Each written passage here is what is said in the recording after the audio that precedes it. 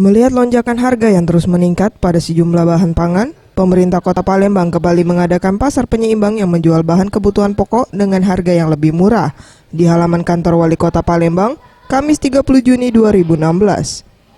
Acara ini dibuka langsung Selviana Harnojoyo beserta PLT Sekda Palembang Kurniawan.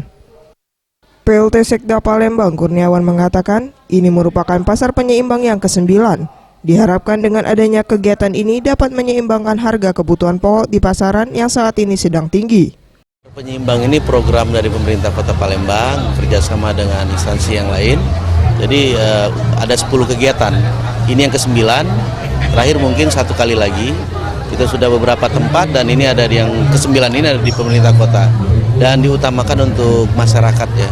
Jadi memang ini sangat membantu karena kita ketahui seperti salah satu tadi kan daging kalau di pasar biasa itu sekitar 130, di sini 85. Hal senada dikatakan Dewi Isnaini, Kepala Dinas Perindustrian, Perdagangan dan Koperasi Kota Palembang. Pasar penyeimbang menyediakan 9 kebutuhan bahan pokok dengan harga yang lebih murah dibandingkan harga pasar. Seperti daging sapi yang dijual dengan harga Rp85.000 per kilo, disediakan sebanyak 300 kilo daging. Gula pasir Rp12.000 per kilo dan penyelenggara menyediakan 1,5 ton gula pasir. Lengkap, terutamanya 9 bahan pokok, daging, telur dan lain-lain. Untuk daging sendiri kita menyediakan berapa? 300 kilo. Kalau gula 1,5 ton.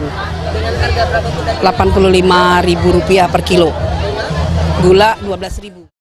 Sementara itu, Norma, warga 26 Ilir, sangat menyambut baik dengan adanya pasar penyeimbang karena dapat membantu masyarakat memenuhi kebutuhan pokok jelang Lebaran.